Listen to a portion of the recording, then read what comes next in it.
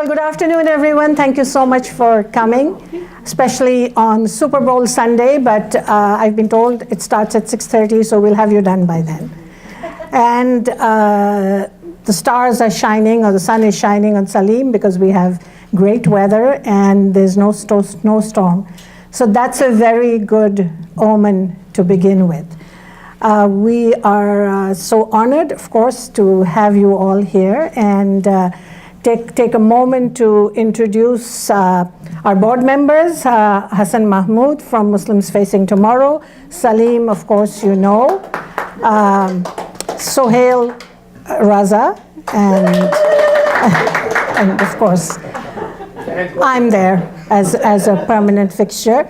And while all of you are such special guests, I'm really thankful for our new guest, Ashish, who is who has been nominated or is running for the nomination in the Guelph area, and we wish you all the best. Thank you so much. Good luck on that.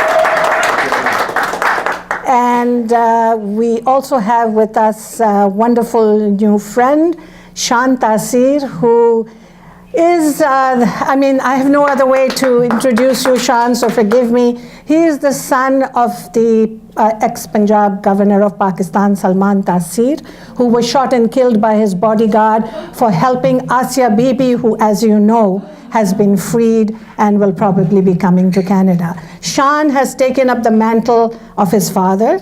He is now working against the blasphemy law, and each and every one of us is going to stand up and support him in this cause so that we can finish the blasphemy law once and for all. So thank you for being here, Shan, and thank you everyone else. I just want to tell you how I met Salim Mansur. We had come to Canada, and I was, on television, I saw this angry young man. And he was saying all the things that we believed in. And he was saying all the things we wanted to say, but he was saying them. And I was reading his column in The Sun, and I was watching him, and I told Sohail we have to meet him.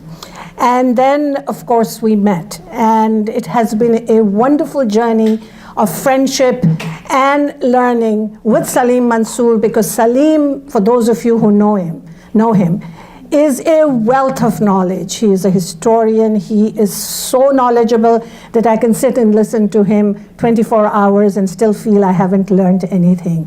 And so he is a mentor, someone that I look up to anytime I need advice. And then 6 years ago, when we were forming Muslims Facing Tomorrow, the first person we wanted to reach out to was Salim Mansur, and we are so honored and blessed to have him on our board, because he is a voice of reason. He is a voice of knowledge. He is full of information. Now, to introduce Salim better than how I know him, because I, of course, come from a place of emotion, I'm going to ask Irving, a very good friend and supporter of Salim, to say a few words. And I'm sure you won't be echoing. I'm not sure. Hi, everyone. Okay, one second. Oh. Sorry. Yes. Oh. Everyone who speaks has to have this little. Right? Allow me the honor. Sure. Do we need this as well? Yes. The other way around. The other way around? Yes. Okay.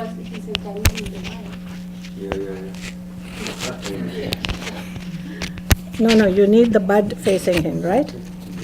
Right, but I'm all tangled up. There, it's okay. there, Okay, if I don't... Yes, and this. Do I need this too? Yes, excuse me. Sure. Yeah. Okay. You don't have to dance, it's okay. Okay. If you stand behind the speaker, it might be better. Okay. Is that okay? Yes. Thank you.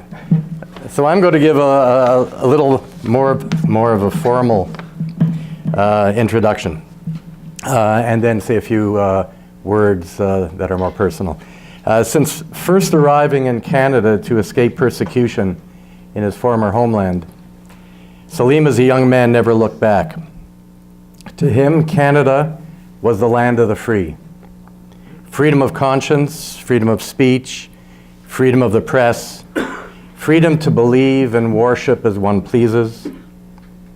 Hence his choice of study and his emphasis on teaching, writing, and research in the political realm. His devotion to Canada with its traditions and values finds expression in his journalism, his lectures, writings, and books. His convictions regarding liberal democracy, pluralism, and individual liberties are at the root of his desire to conserve that which is noble and challenge that which threatens it. Dr. Mansur and his family are London ratepayers and longtime local residents, living and working in London North over 30 years, sharing in his experiences and frustrations of Londoners and all Canadians regarding the economy, taxes, jobs, and our quality of life.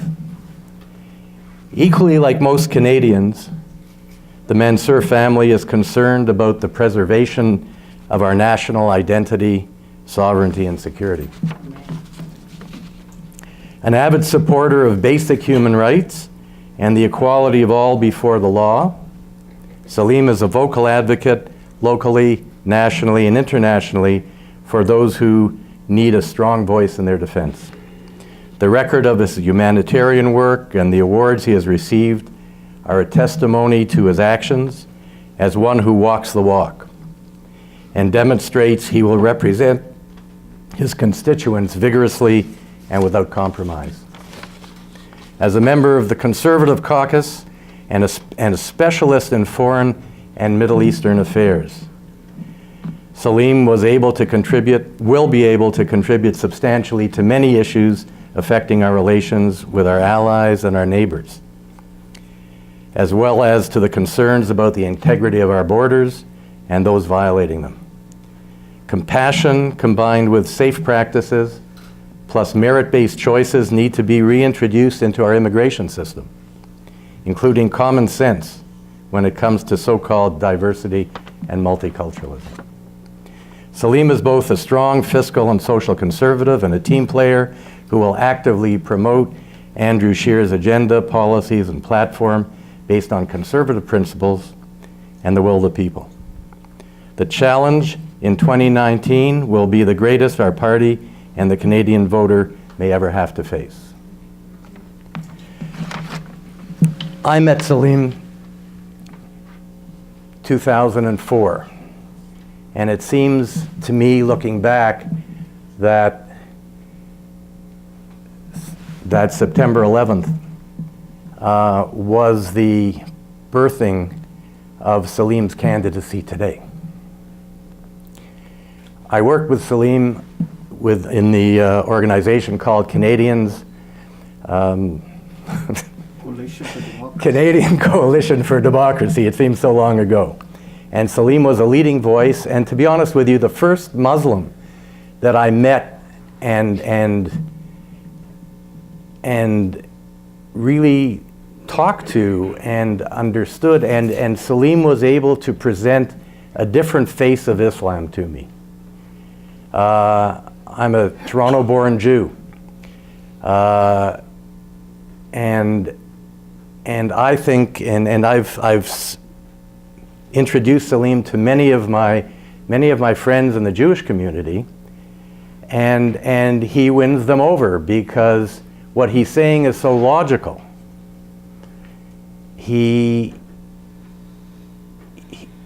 When you compare him to some of the people in Parliament today, when you compare this man to Chrystia Freeland, or for that matter, to Justin Trudeau, the difference is so glaring.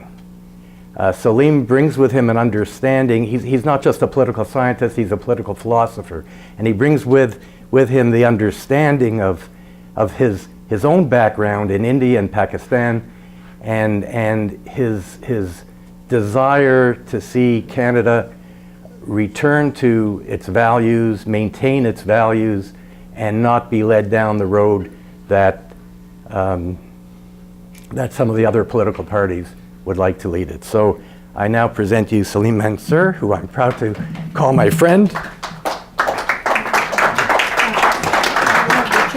I've known Salim's work more than I've known Salim for a long, long time. Everybody who's a staunch conservative or has worked in the Conservative Party will know the name of Salim and what he stands for and how he contributes to the whole argument when it comes to politics. So I'm an evangelical Christian, and I am concerned about the future of Canada, the same as everyone else here is. And I know that Salim is a reasonable and logical thinker, and he brings a fresh breath of fresh air, I should say, to the political scene because of his acumen and his knowledge and his desire to be a Canadian, not a hyphenated Canadian, a Canadian. And his interest is in Canada first, Canada always, Canada's future, and our progeny's future. And that's my interest as a person who is now getting on in years. I'm thinking about my grandchildren and my great-grandchildren. And Salim gives me the confidence that he will protect our heritage. He will ensure that the future of Canada has a chance. And I see no other way to deal with some of the issues that we have than to have a man like Salim, who cannot be called a racist, he cannot be called a bigot, he cannot be called an Islamophobe, but he can speak to all those issues that would put him in that category as far as I'm concerned. And he's the only one I know that can adequately speak to those issues. And that, for that reason, as a Christian, I feel it's a responsibility to ensure our future and that God has a plan for us. And we don't need to have everyone who thinks exactly the way we do in all matters in order to come up with the best solution for our country.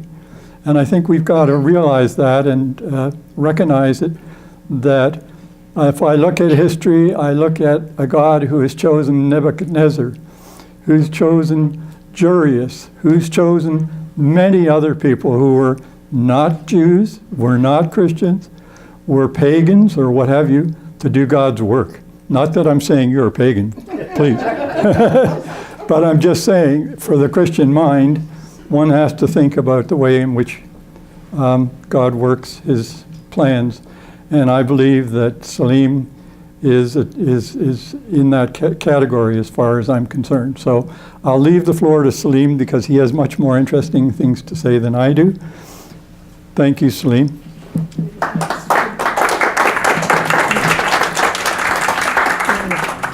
An old saying found in a temple outside of Delhi that says that if you trace back coincidences far enough, then everything is karmic.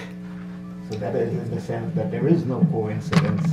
It is all in some ways connected. We are, after all, 6 degrees of separation from each other, maybe even closer. Anyhow, thank you. Raheel has filled the space in my life as an older sister, and I'm deeply, deeply grateful to them for everything in the journey that we have been making together. And in particularly this afternoon, it was Raheel and Sohail's idea, and it is in some sense so fitting that the launch of my campaign outreach beyond my riding, which is in London North Centre, is taking place at Raheel's residence. So that is extremely significant for me. And then thank you, all of you, for taking the time to come out on a Sunday afternoon. I did not know that I was competing, or we were competing against Super Bowl, so the fact that you all chose to come out is quite indicative of how you selected your own priorities. So thank you again. And thank you to Irving, to Richard, to Susan, who is my co-chair also in London and who accompanied me. Possibly you'll hear from Susan as we go along.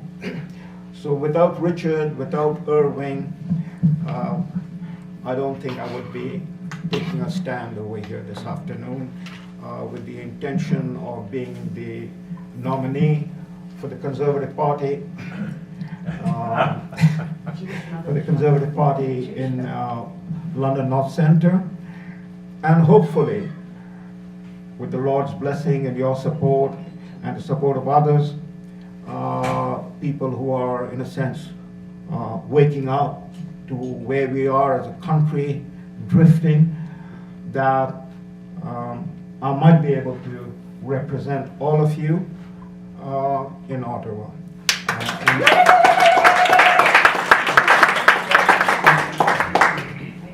And if that were to happen, it will all have begun here with you and my friends and my well-wishers and supporters, you know.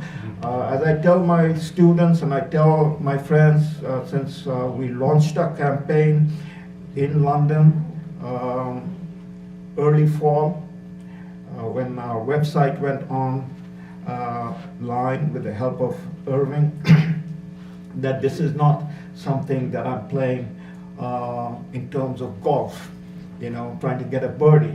This is a team sport. If anything, I hope to be the Tom Brady of our team, you know, the quarterback this afternoon. I expect Tom Brady will win. He will be going into the Hall of Fame. I don't know what's in God's hand, but if we win, if I can be the quarterback, it will be because I will have had a very solid team around me, you know, the defense, the running backs, and so on and so forth. So, thank you. Let me, I don't want to take too much time, but let me share with you, all of you possibly know enough about me, so there's nothing that I can say that would be a revelation. But just let me add few ideas, a few thoughts, few remarks of why and what led me into taking this step, because that's a question that invariably most people ask me when I am out in the public arena or with my students. Why are you doing this? What is your intent? What is your purpose? Well, my answer is very simple. I have been studying and I have been engaged in the life as a Canadian with Canada for the past 45 years. This is my 46th year in Canada. I came as a young man just out of my teenage years as a refugee from a war-torn country that had just gone through a genocide, the worst genocide since the Holocaust in 1971 in what is now former East Pakistan, Bangladesh. And I was fortunate enough with my family, that is my mother and sisters who followed me later on, but with my older brother coming ahead of me during the war, fortunate enough to find a home in Canada. And everything since that day on arriving in Canada has been God's blessing to me. It has made me everything what I am. I owe everything, the air I breathe, the water I drink, whatever I have achieved in life, however small and infinitesimal it is all because I am in Canada. And as a Canadian, I have reflected and thought and talked and studied. And then for the last 33 years, since 1986, I have been in London as a university professor. Some of my students have gone on to become members of parliament in Queen's Park. Some of them have gone on to play a role in Ottawa. Some of my colleagues ended up engaged in politics at the federal level. My very close colleague became the chief of staff to the former Prime Minister Stephen Harper, Ian Brodie, and so on and so forth. So I have been deeply, in that sense of the term, maybe a couple of degrees removed, but engaged in the study, in the thinking, in the teaching, in the writing about issues that have deep relevance and resonance about who we are as a country and who we are as Canadians. And so, all of that, in a sense, came to a head this past summer, when I engaged with one of my former students who had been given the nomination in London West by the Conservative, the provincial Conservative. A wonderful young man, full of energy, full of enthusiasm, to be the candidate for the Conservative.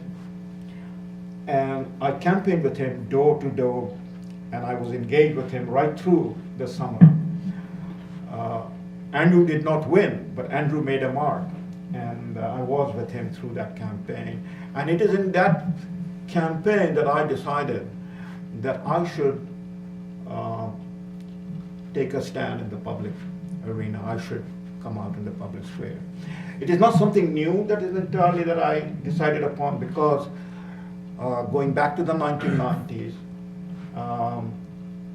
I came to the attention of Preston Manning as a result of my public speaking and writing, and Preston Manning then persuaded me to seek the nomination of the Reform Party, which became the Canadian Alliance, and I did, on his encouragement, seek the nomination in London, and I was the candidate on record for the 2000 election. There's a long history about that. I won't bore you with it, but it's a fascinating history. I got involved. We didn't win. Then 9/11 happened, and I drifted away in a totally different direction. But again, as part of the direction that I felt that we in North America were under attack from the very forces that had done the genocide in 1971 in Pakistan, in former East Pakistan, a genocide that I lived through and survived, but many of my friends didn't survive, many of my family members didn't survive. So anyhow, woke up on that morning of September 11, realizing that the very forces from which many of us had fled had followed us, and we're here, right here in North America. And so from September 11, 2001, I have been very deeply engaged, both in terms of my academic work and in terms of my public work, in terms of explaining the situation in the Muslim world, what is happening in the Muslim world. I've written about it, I've published books about it, and I have participated within the Conservative Party with Raheel, with Sohail and other friends in providing whatever support we could provide when we were called upon to provide to the government, that is the government of Stephen Harper, through committee hearings, public representation, and we did our part. And so this past summer, I felt that all of that experience and understanding and engagement, I need to put it online and take a stand and come into the public square. So that is what led me into making this decision in the summer. I hope my decision has been, in my own mind, I feel that I have no reason to doubt it, but I hope it is up to the public that my decision has been one that has been taken with the seriousness that is due. It is not about a personal search for personal glory or personal benefit. It is truly, I can say with complete conviction, that it is to fight against the forces that is out to undermine what each one of us in this room, and as I go around in my writing, speaking, we treasure, but we treasure it and take it for granted, not knowing that we can also lose it and lose it very fast. So that's why I'm running for this nomination. The Conservative Party has a huge challenge ahead as the election draws near. Just let me share very quickly my own thoughts about the 2019 election. Irving has mentioned it, that it is going to be in some ways a crossroad election. Richard has talked about it. You know, I feel that the 2019 election in some ways is possibly in Canadian history for our generation in this room as important, if not more important, than the election of 1980. Those of you who will recall, the election of 1980 was almost providential. 40 years ago, 1979, the Conservatives elected, after long years of liberal dominance, a conservative government with Joe Clark as the Prime Minister. But that government did not survive. It fell within 9 months on a motion, a no confidence motion, and the Liberals came back under Pierre Trudeau. But Providence has its own way of determining things or shaping things. And looking back now, some 37, 38 years later,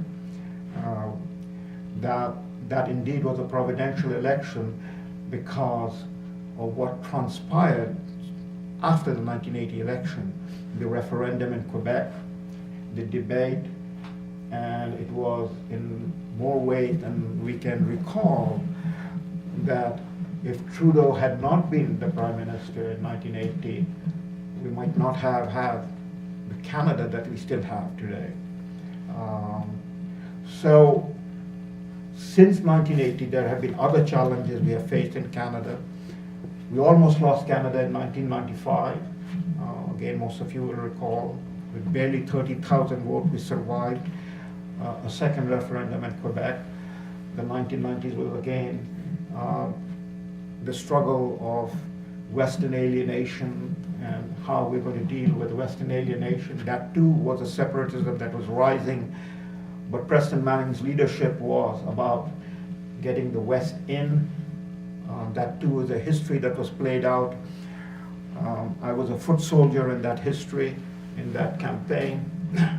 But the 2019 election now, in my view, is going to be as important, if not more important, to repeat myself. Why? The situation, again, is one which can only be talked about in the larger framework of where we are headed, and that's how I would frame it. Under the Liberal government, this present government, we are about to hand over Canada to become a laboratory of the globalist agenda. We have signed agreements that most Canadians don't know about. For instance, the UN Global Compact on Migration, the Paris Treaty, and other engagement through the UN that basically takes away or dilutes and blurs our sovereignty. And so we are heading in the direction that those of us who are aware in this room and who study these things can already see what is happening in Europe as a result of this pressure that is coming down upon Canada, that is the globalist agenda of a one borderless world. And if you give the Liberals 4 more years, we'll be so far down that road that it is quite possible that we will not be able to come back and reclaim our identity as a sovereign state. Okay. So that is the framework within which I look at it. And I hope more and more conservatives will look at it, that it is not a piecemeal situation of dealing with our economic issue on one side, our security and immigration issue on another side, our constitutional issue, in terms of our freedom issues, our charter right issues, the question of, for instance, Motion 103, the $600 million buyout of the Canadian media, etc. These are like dots. We have to connect the dots and see where it is. And when you connect the dot, this is the globalist agenda that this government has adopted, contrary to our closest and most important ally, that is the United States. Okay. Those are the conversations that have to take place, will possibly take place. Either it will take place during the campaign, pre-writ campaign, or when the writ is dropped, the campaign takes place. Those will be the conversation. Those are the necessary conversations. And we will be faced with the challenge of awakening Canadians to the reality of where they are and what they might lose. So I want to play a small part in that conversation. I want to play a part in which I can bring to bear my own understanding, my own values, my own study that I spent years doing, and help Canada in that struggle that I foresee is going to take place in this coming election. So those are the reasons why I decided to run. Very quickly, London North Centre is one of the 3 ridings in London. It is the main downtown riding in London. It is the riding which has the university, which has been my home for the last 34 years. It's the riding where I live. It is a riding that is now represented by the Liberals, but it is a swing riding. When the Conservatives have been in the government, London North has been a Conservative riding. So during the Mulroney years, the riding was represented by Conservative member Tom Hawkins. If anybody will remember Tom Hawkins was this member from the riding where I'm running. He was a cabinet member in the Mulroney government. During the Harper period, the riding was represented by a Conservative, Suzanne Truppe, but we lost the riding in the 2015 election. I hope to win it back for the Conservative. So, as I said, that riding is a swing riding, and in some ways, as a swing riding, it will determine who will form the government in Ottawa. If we win the riding in London, no, we will form the government. If that is the historical pattern I'm talking about now. If those of you who read Conrad Black, I'm sure many of you do, last week's column in the National Post, Conrad Black devoted to the coming election, and his prediction or his assessment, his analysis was something in some way that I have been talking about with my friends and my people in London, that Ontario is going to decide the next government.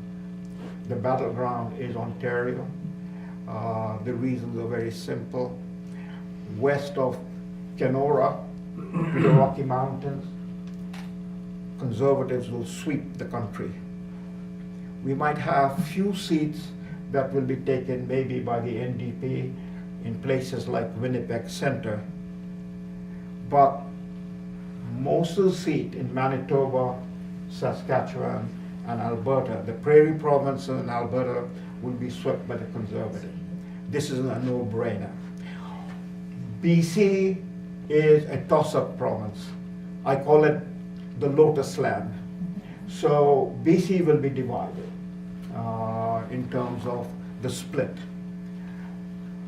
Then we look to the east. Newfoundland and Maritime, historically as dependency provinces on the receiving end of equalization payment, has been stuck with the Liberals, and they will go Liberal again. We might pick up a few seats, just as we had the seat of Peter MacKay in Nova Scotia, but in large measure, Maritime and Newfoundland will be Liberal. Then we come to Quebec. Quebec has been historically Liberal. We possibly might take 10 seats in Quebec,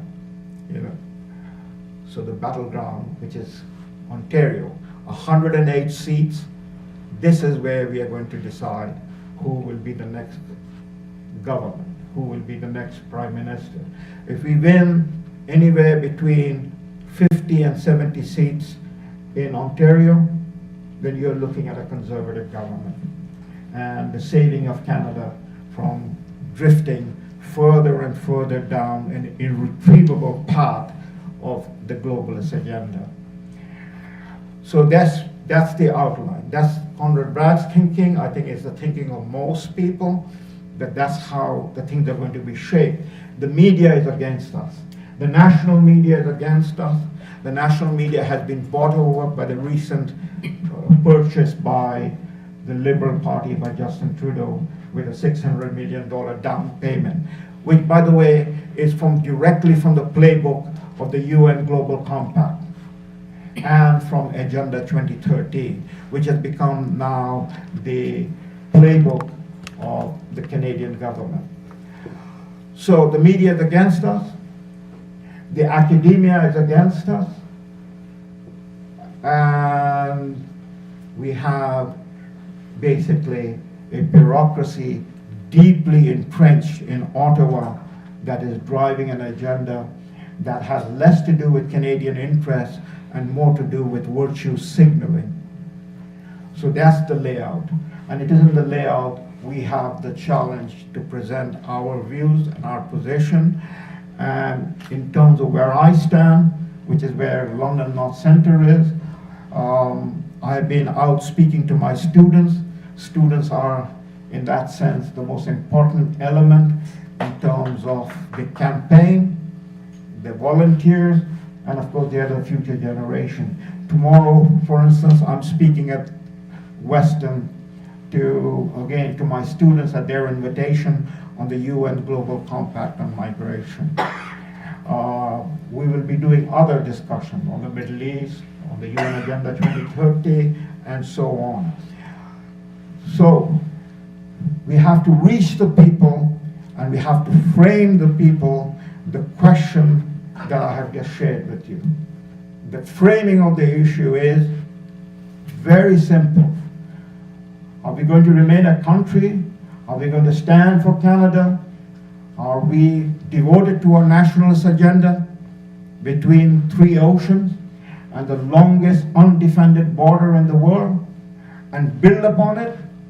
Or are we going to surrender our interests, our history, our tradition to the unelected voices and intellects and bureaucrats in Geneva, in Davos, in New York? The choice is yours. Thank you.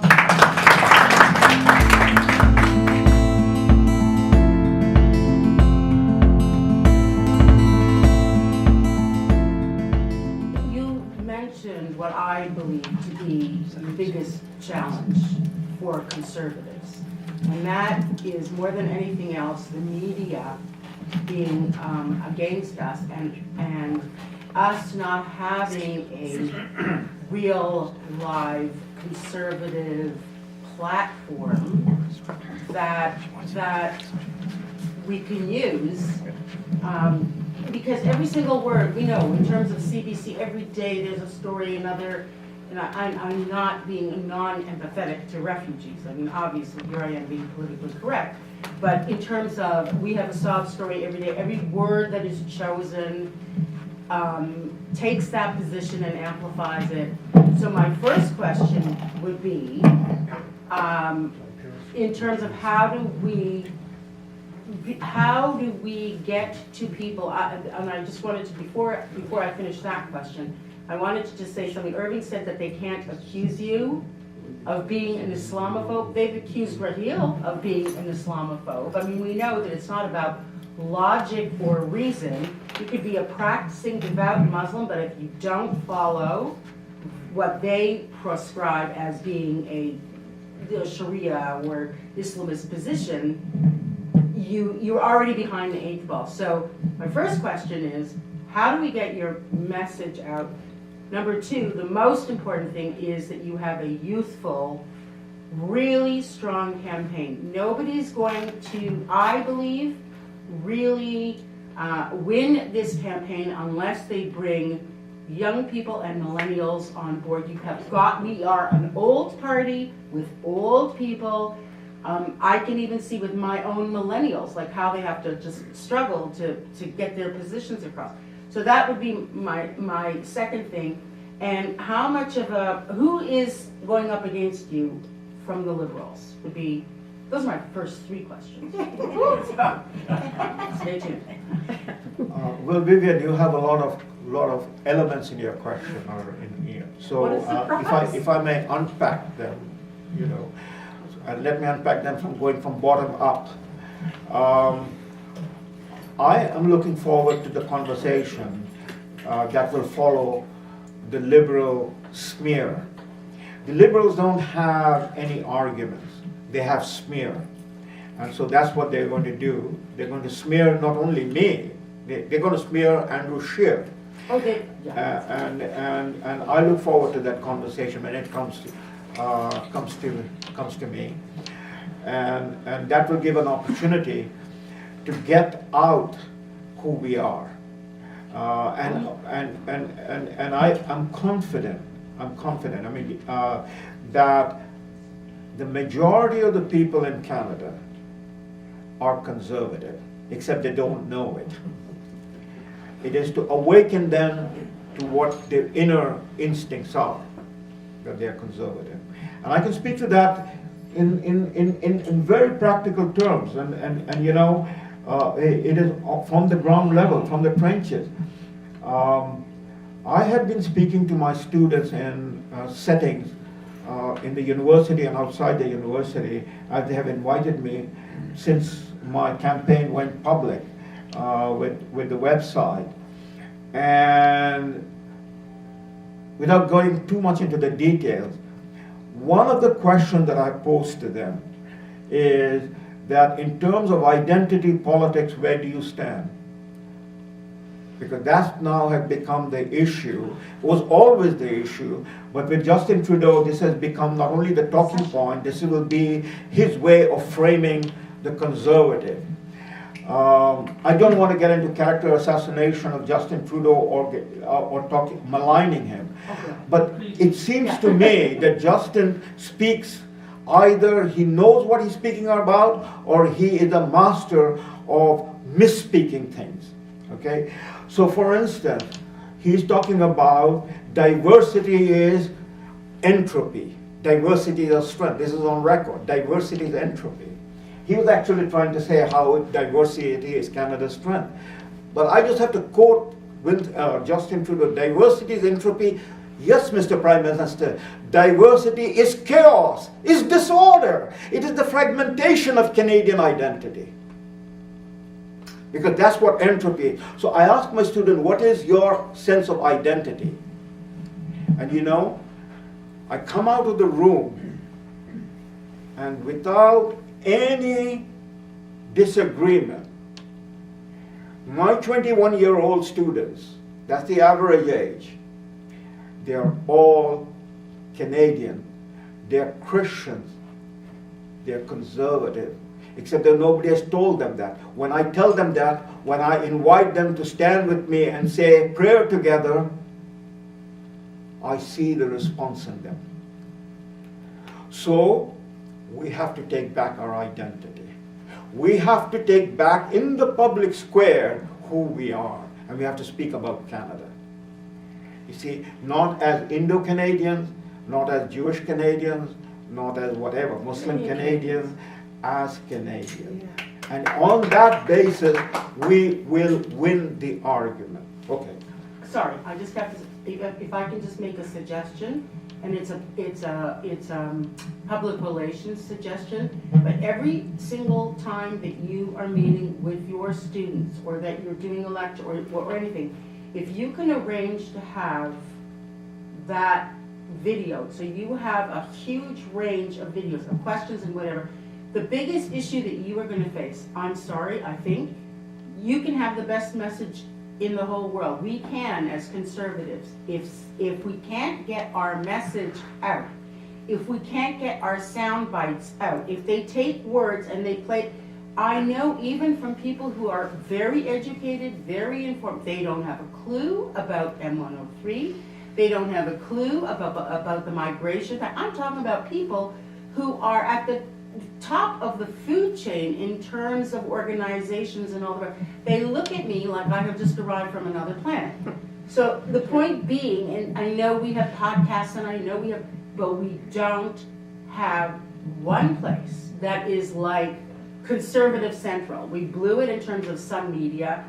I'm not negating some of the other people that are known as being, but they've been so slammed and so maligned that you don't even want to be aligned with them because by association. How are you going to get that message out there. And I think the biggest thing is the millennials. You know, you get them to do social media, but still, it's like, you could be at the very forefront because of who you are and all the rest. I'll let Susan speak to that because we are doing that. Essentially what I see is it's going to have to literally be an in the streets, house by house, because what you have touched on is something that is the sorest point, is that the conventional, what I call mainstream media, has utterly betrayed the Canadian public by losing its mission to produce balanced reporting, and instead has become an organ of the left and the liberals, to the point where these issues which are you brought up, which are so important, are not even reported and not commented on, and the Canadian public is left in the darkness. So, fortunately or unfortunately, I have a kind of a faith that there are real people in real houses on real streets who, when they are presented with somebody who says, this is what's going on, here it is, here's the news report that this was passed, here's something to tell you what the implications are, I want to take it back, I want to change that, I believe that we will get a response, because I don't think all Canadians have gone mad, but it seems like the academe and the press has. Well, they've all gone stupid, but... Stupid and mad, yeah.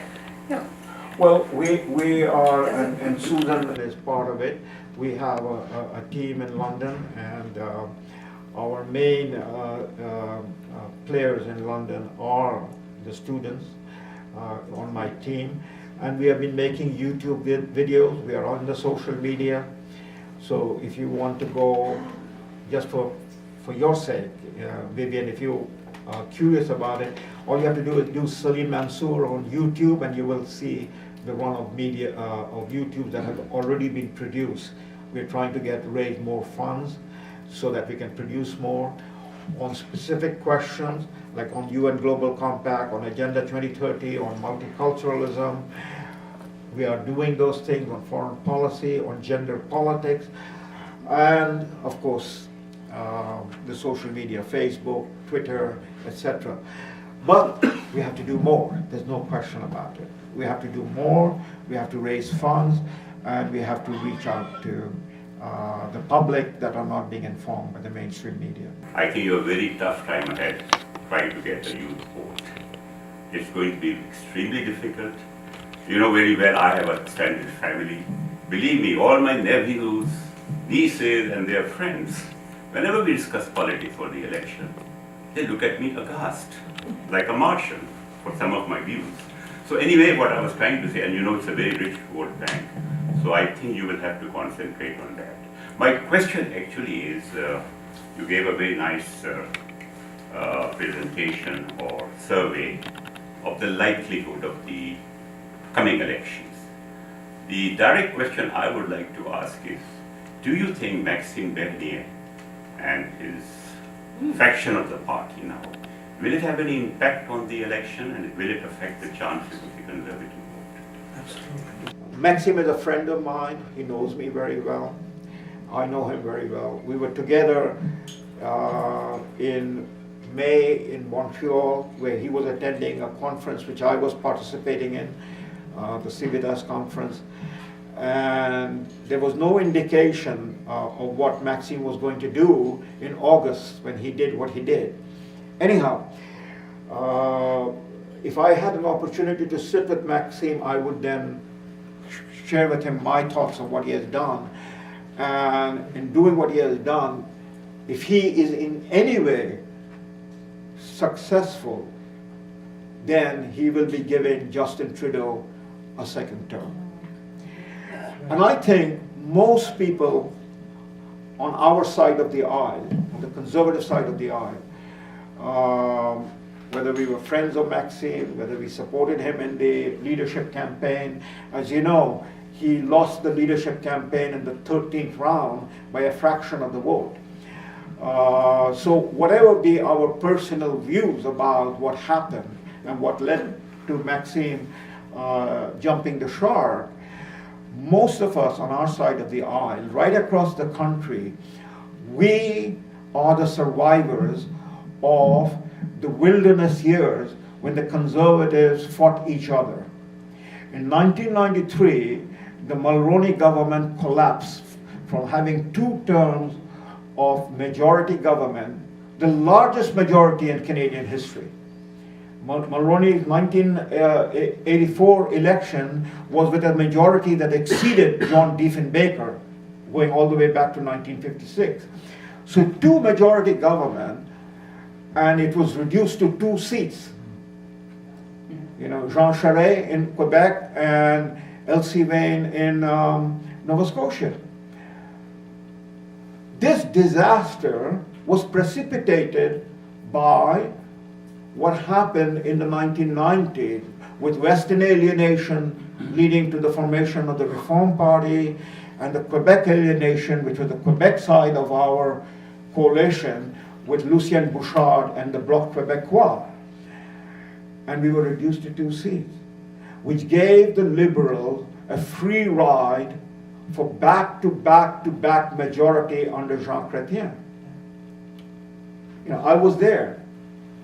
I was a nominee on record in the 2000 election.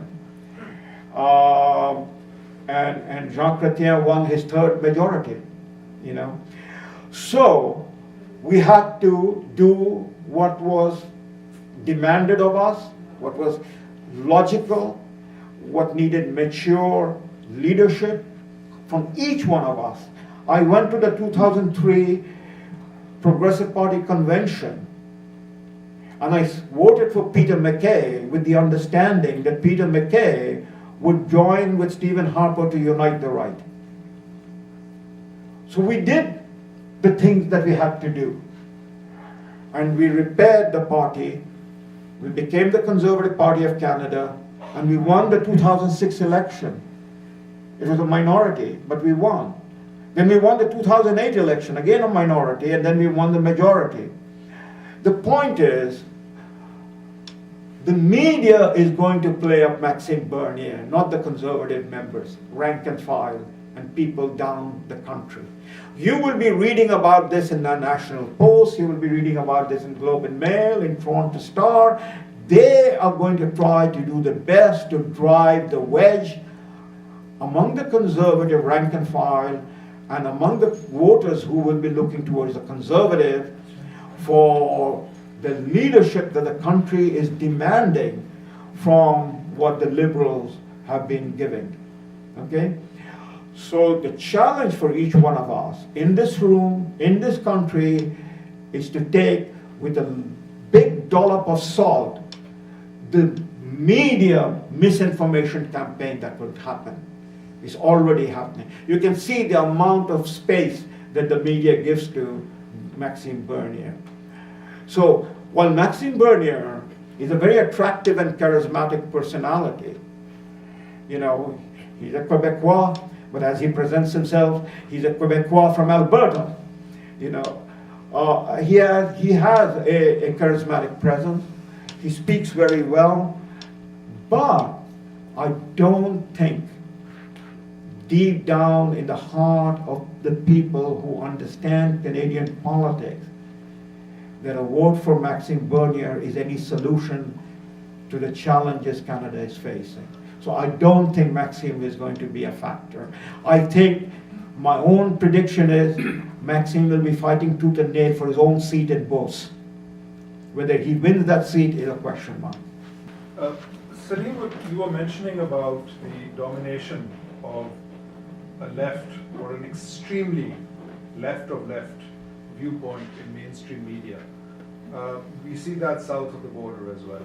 And you rightly pointed out the need to counter that.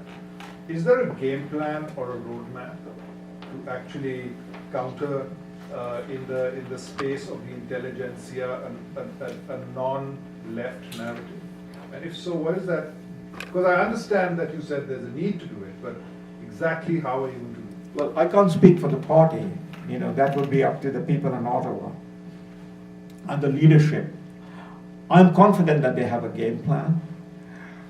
But the game plan in itself cannot deliver given the fact of the impediment that the media is. The media is the conduit. And if the media is what it is, especially after the buyout, then the game plan is to reach the people directly, as Andrew Scheer is going to do by going out into the country, which is what he's doing. Whether the media reports it or not, that's another matter. It'll depend upon each one of us in the riding association, in the trenches, to reach and connect with the people and deal with this, the challenges. But yet, let me tell you the good news side of it, you know. The good news side of it is this election that happened in the richest province of the country, which is Ontario, only 7 months ago. Back to back to back, the Liberals had 4 successive governments, majority governments, which of course, you know, ruined this province, and that's another story. But they've had it, and they were arrogant that they knew that they were going to get a 5th term. The Conservative side, we were pretty much in a disarray given our leadership situation in the provincial Conservative Party. There was a leadership upheaval. The sitting leader was, in a sense, removed from the chair, and Doug Ford was brought in, or he was elected in a snap leadership convention or a vote, and there was very little time between the change in leadership and the election call. And the media and the Liberals believe that they are going to win because the Conservative Party was in a disarray. The media presented Doug Ford as the Canadian version of Trump. That was the smear. Yeah. Well, what happened?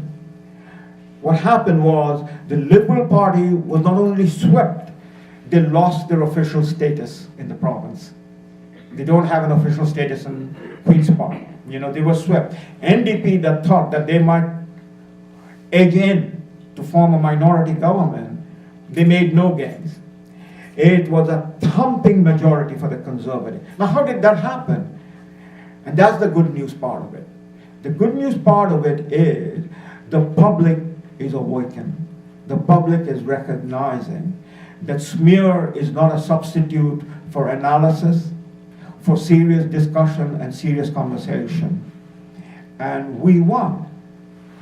And I feel, as I just said a little while ago, citing Conrad Black, that Ontario is the battleground. Everybody knows it. This is the battleground.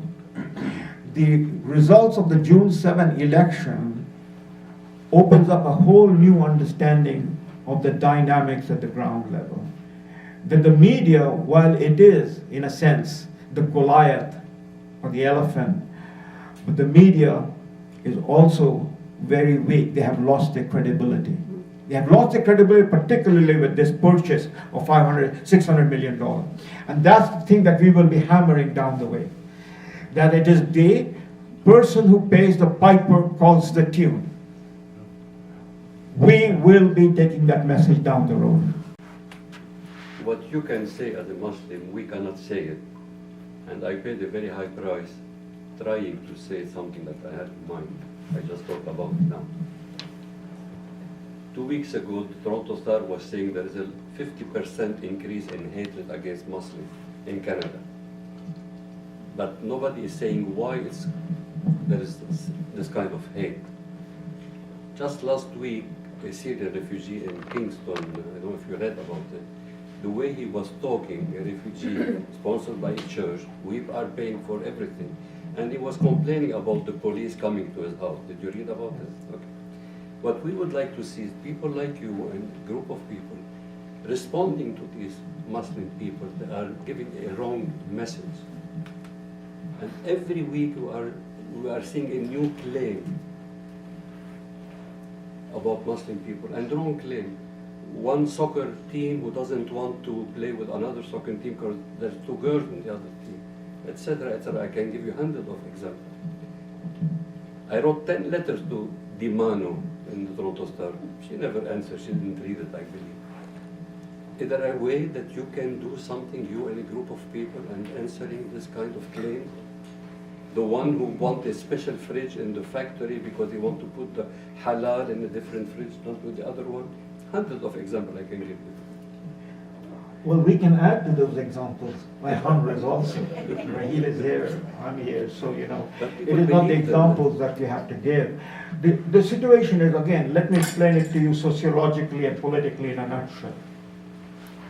The situation is, whether it's with the Muslims, and Muslims are the problem, the Islamists, or it is with the Sikh Indians, which is another huge problem, or any ethnic group for that matter. But the two biggest challenges in Canadian politics have become the Muslims and the Sikhs. The problem is that in the last 50 years, with multiculturalism, and I have been observing this, and I've written about this, I've written a book about this, the activists from the ethnic communities have entered the mainstream, those who have entered the mainstream politics in the country, whether at the provincial level, at the municipal level, or at the national level, federal level, they've entered into it by penetrating the parties on the left. There's the Liberal Party and the NDP. And by penetrating those parties, the parties themselves have bent over because they see these as vote banks or silos. So these are the electoral vote banks for the party. So that is the contractual agreement. You have entered the Liberal Party, you have entered the NDP, you bring the vote from your various ethnic community. Now the Muslims are organized through the mosque. The Sikhs are organized through their temple, the Gurdwaras. So these are the two examples I'm giving. The Muslims in the mosque, the leadership in the mosque, the imams and the activists and their organization have made the bargain with the Liberal and the NDP. And the Liberals and the NDP have made their Faustian bargain with them. This is the contractual agreement. And as a result, nationally, Canada is not an exception. The same analysis would go for England, it would go for France, it would go for the United States. But I'm talking about Canada. Nationally, the narrative that is presented through all the institutions of the country, at the political level by the federal parliament and the governing party, which has been pretty much the Liberal, in the universities, the academia, and in the media, which is dominated by the left-wing Liberal editorialists. The narrative that has been presented is the narrative of the Muslim Brotherhood. All right? And so, if that is the periscope or the telescope through which you're looking at the scene, then for the rest of the country, whether it's you, anyone else, if you're a Muslim, you are a member of the Muslim Brotherhood. You support the Muslim Brotherhood because you go to the mosque organization, 90% of them are Muslim Brotherhood. The money that is coming from offshore, from the Middle East, from Iran. You cannot be an activist in the mosque by opposing the Muslim Brotherhood. The mosque is also the captive arena for votes. So you have the political leaders going to the mosque. You've seen the pictures of Justin Trudeau sitting in the mosque pulpit. So that narrative, that perspective, that monopoly has pervaded the entire society. So the conservatives, being part of the society, they have no clue of the ethnic community. They are simply bought into the arguments of the Liberal that the Muslims are all Muslim Brotherhood, or the Sikhs are all Khalistanis. And when they try to approach them, there's no counter-narrative. There is no support among the conservative for Muslims who are opposed to Muslim Brotherhood. For instance, the fact of the matter is, the Muslim Brotherhood is minority. in terms of Islamic politics.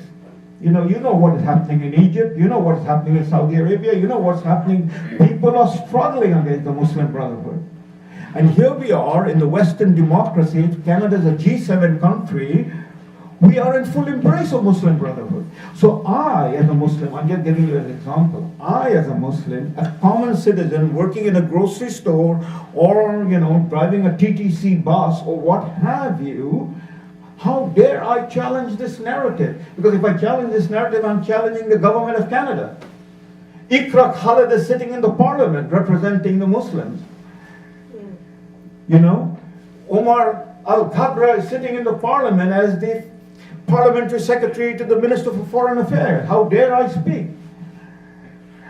So, the conservative side have no reach out. There's no counter-narrative. So, even before you begin the soccer game, you have conceded friendly goal on your side and the match is over, even before the referee has blown the whistle.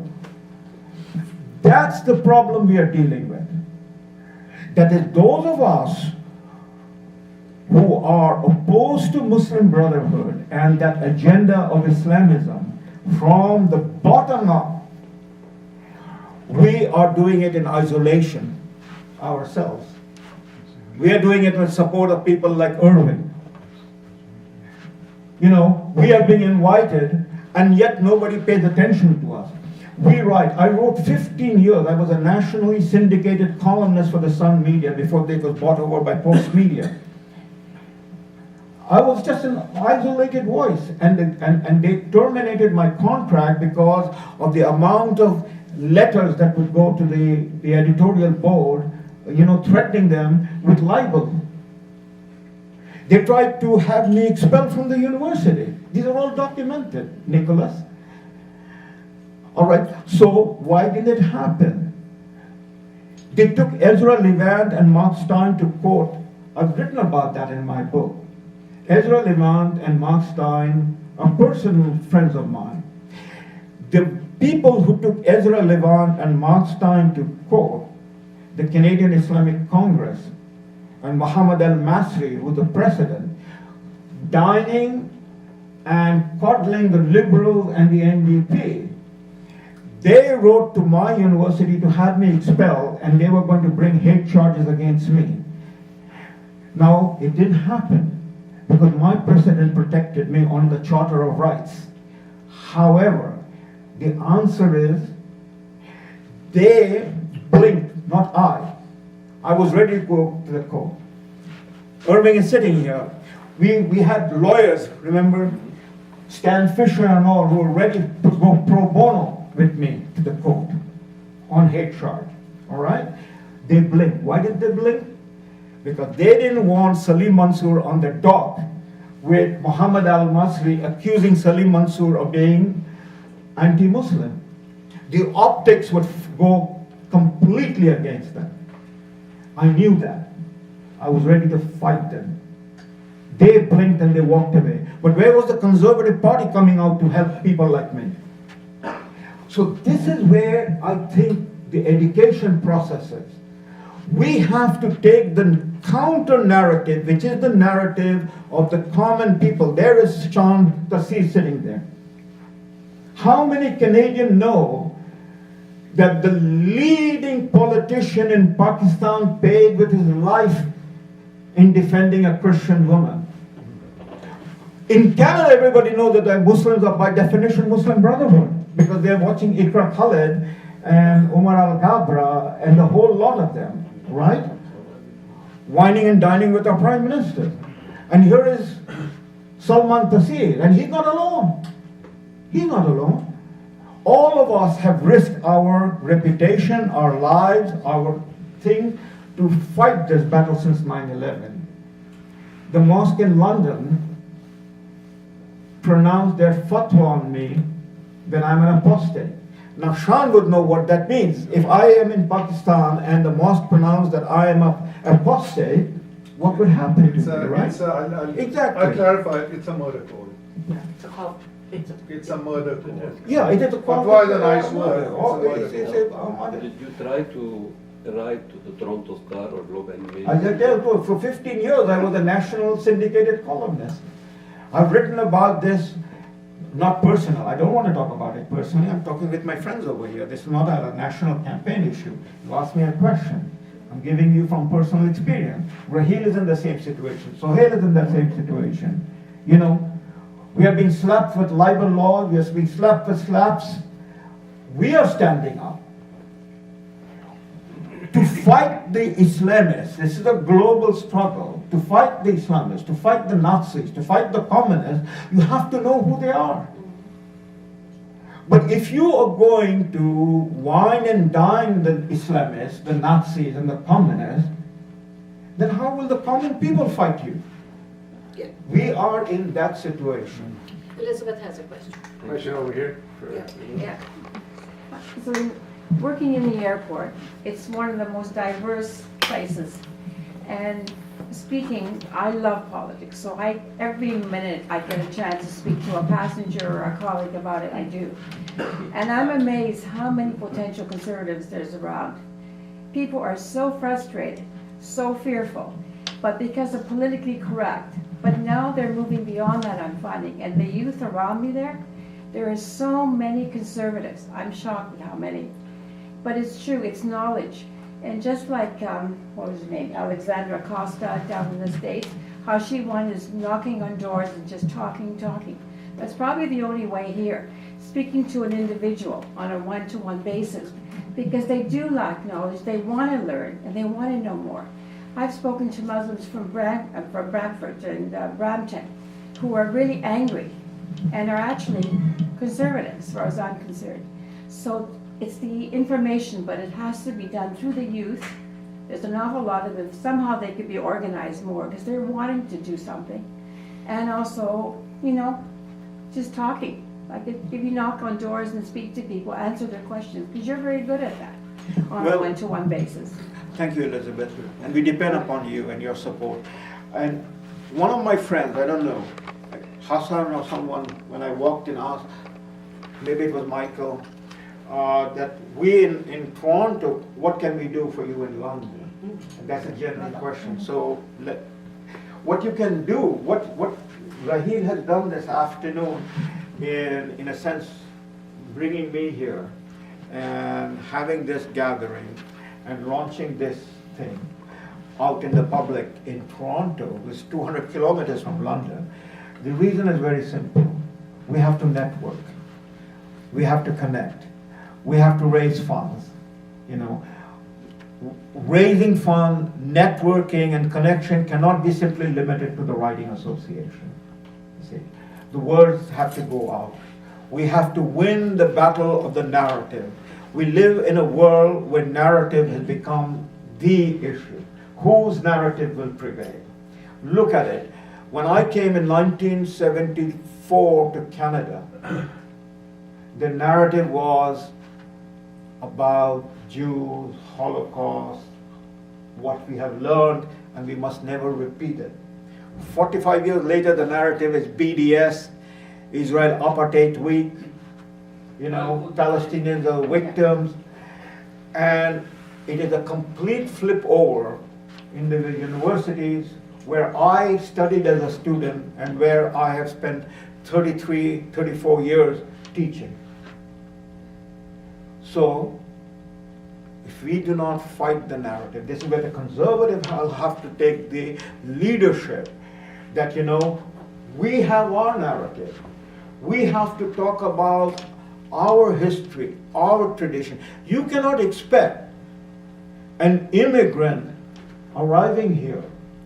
You know, we are now having this open border concept. So whatever mechanism, an immigrant arriving here, and in the school, no longer the Canadian history is taught. Or what is taught? My daughter is in high school, so I know what is happening. My students, I speak to them.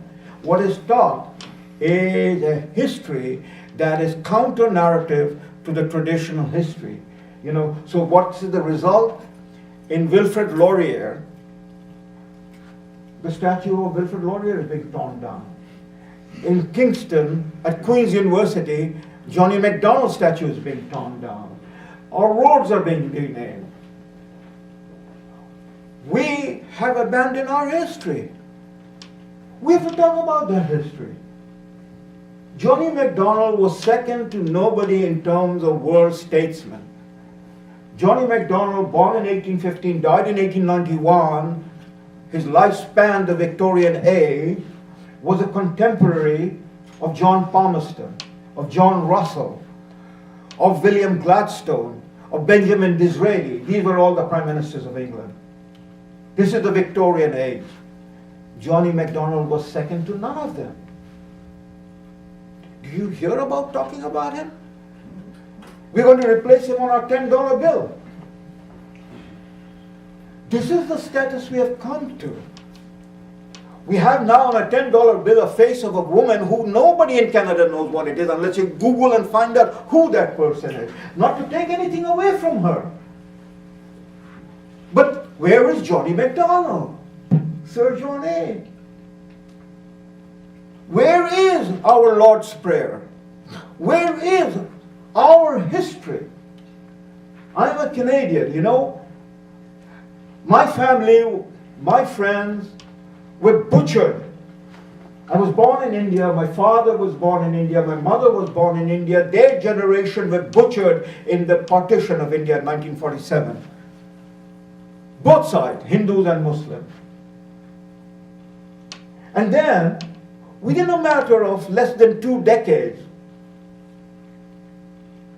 we were butchered. You talked about Lebanon. I can talk about the history of that, but we have to leave that history behind. In the sense, we have to learn that history and come, this is my country. This is where I found protection. This is where I stand. In the 2000 campaign, I was asked, because I was the first time there was somebody of my background in national politics running in London, Ontario. And in the public debate, they challenged me. They asked, you're a Muslim. How can we trust you? This is 2000. This is before 9/11. And my answer was that in my tradition, in my learning, I am where my mother is buried, where my children are born. My mother is buried in Canada. My children are born in Canada. I'm a Canadian. Period. Okay? So we have to confront that issue and challenge them. The people who are asking us this question, right? So we, as I told my students, we have walked away from the public square and we have left it empty. We are in the margin. It doesn't take much for the left to push us over. We have to walk back into the public square and take the center. And that's what we have to do. So the issue is not simply the economic. I can bore people to death on macroeconomics and microeconomics, and people's eyes will go cross-eyed, because that's my subject. I'm not boasting about this, it's a simple fact. We are now close to 70% of our income that is taxed. What does that mean? We are now serfs of the Canadian state. With this 70% taxation, 50.5% is the taxation rate at the federal level. Then you add to that the provincial taxes, then you add that is after tax. Then you add to that the GST and HST, we are 70%. Okay? So who are we working for? Who is controlling our agenda? Where do we stand? So we can talk the economics out, we can talk foreign policy, we can talk security policy, but we have no framework. So what it becomes then is a liberal, conservative argument of utilitarian. I'm going to cut 1% GST down. That's what Stephen Harper did. We reduced 1% GST. So the next guy would say, okay, we're going to do it 1.5%, 2%. The frame is totally missing. The frame is, what is Canada's national interest? What is your responsibility as a Canadian?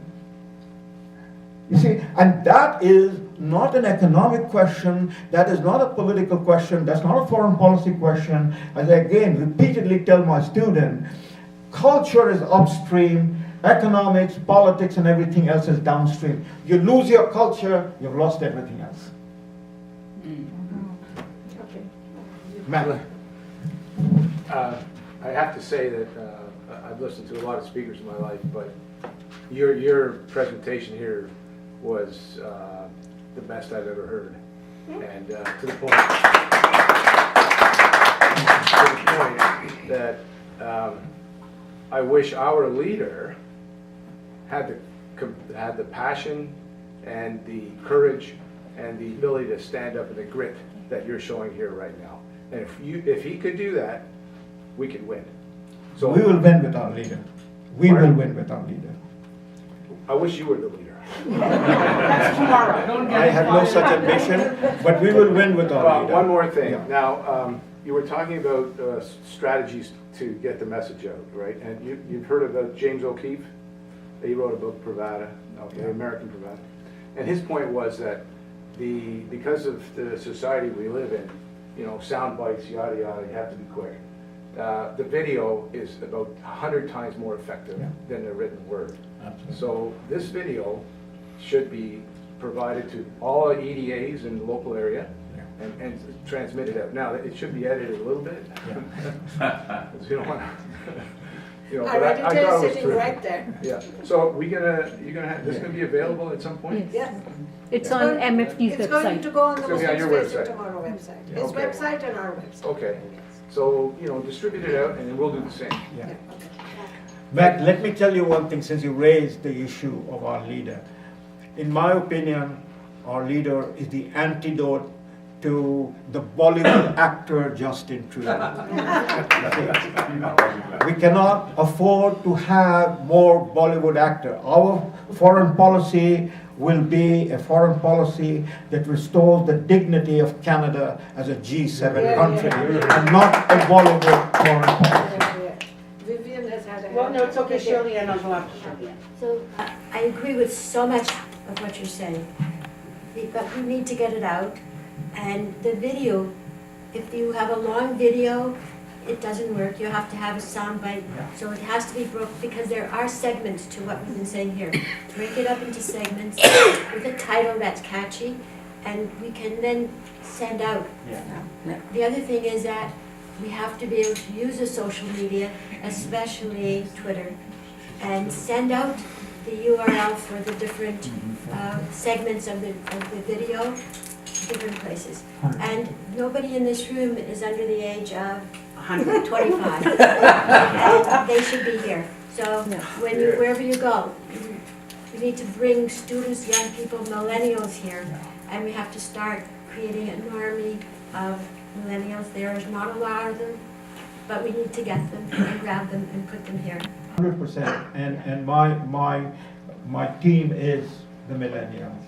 And let me share with you one thought very quickly. Again, you're very right. None of you are 25, so you don't know what is happening with our 25 unless you have children, you know, at that age. So I'm talking to you from the trenches. I spent my life with the kids of that age group. In Western, for example, Western has clubs, student clubs of different nature. So there's the Western Conservative Club, the Western Liberal Club, the Western NDP Club. And guess what? The Western Conservative Club is the largest club on the campus with over 200 students signed up. The Western Liberal Club barely has 50 students. The Western NDP is simply the executive. Now you might ask why, and why is our party not taking advantage of that? That's another story, and I'm not going to get into that. That's where the leadership is. But the answer at the trench is, at the ground level is, the best students, my best students are in the Ivy Business School. The best students are conservative because they are serious students. They know maths, they know science, they know how to add and subtract and compute. That's why they are conservative. The liberal and the NDP students, no disparagement, I'm just giving you the sociological fact of what is on the ground. They are party-going students. Beer and pizza. Okay? So that is a reality, and that tells you something what is happening in this country. I have another question. You talk about culture, that we need to know our culture, but most people can't spell it out. And it's important, I think, for you to be able to describe, like you talked about Sir John A. I mean, Harvey's a fan of Sir John A. So we know about it, but a lot of people don't, and we don't know what is our culture. We talk about it, what is it? So that needs to be spelled out. Well, we have to do it, again, one has to find the balance, I always have to apologize to my friends, I'm not here as a professor trying to lecture you, but as Irving would know, we are reflexively programmed. It's in our hardware that I walk into a room and non-stop I can go for 50 minutes on a topic without any problem, and I don't want to bore any one of you. So that's the challenge of finding the balance of eliciting what your interests are, and we can have a conversation on that. But that's not a challenge with our students. The good news is our students want to know. Our good news is that our students, when they're given the material, they want and clearly understand that they are Canadian. It doesn't matter whether that student is Chinese. A lot of Western students are Chinese, by the way. We have a very large Chinese students community at Western. Or whether they are people from South Asian background, Indian like me, or African. But when they are together in the peer group, they are Canadians. Yeah. And that is something that we have to talk and reinforce. And it is the abandonment by the leadership, that is us, that is the problem. It is not they the problem. First of all, there's a statement, which is that the Conservative Party is as infiltrated as the Liberal Party by Islamists, but much more from the Iranian side, and they are rife. They are very, very highly placed in the Conservative Party. They're much smarter, they're much quieter, and they're much more deadly. That's number one. Number two, you cannot depend on the Conservative Party to be the Conservative Party lacks within itself its own understanding, its own public relations understanding. It's really far behind in terms of the whole liberal machine, definitely. And that has to be looked at. Number three, I really think that you are, I'm sorry, I'm a public relations marketing person. You have an incredible position and opportunity, more so than a lot of other politicians running. Number one, you are Muslim. Number two, you're a professor.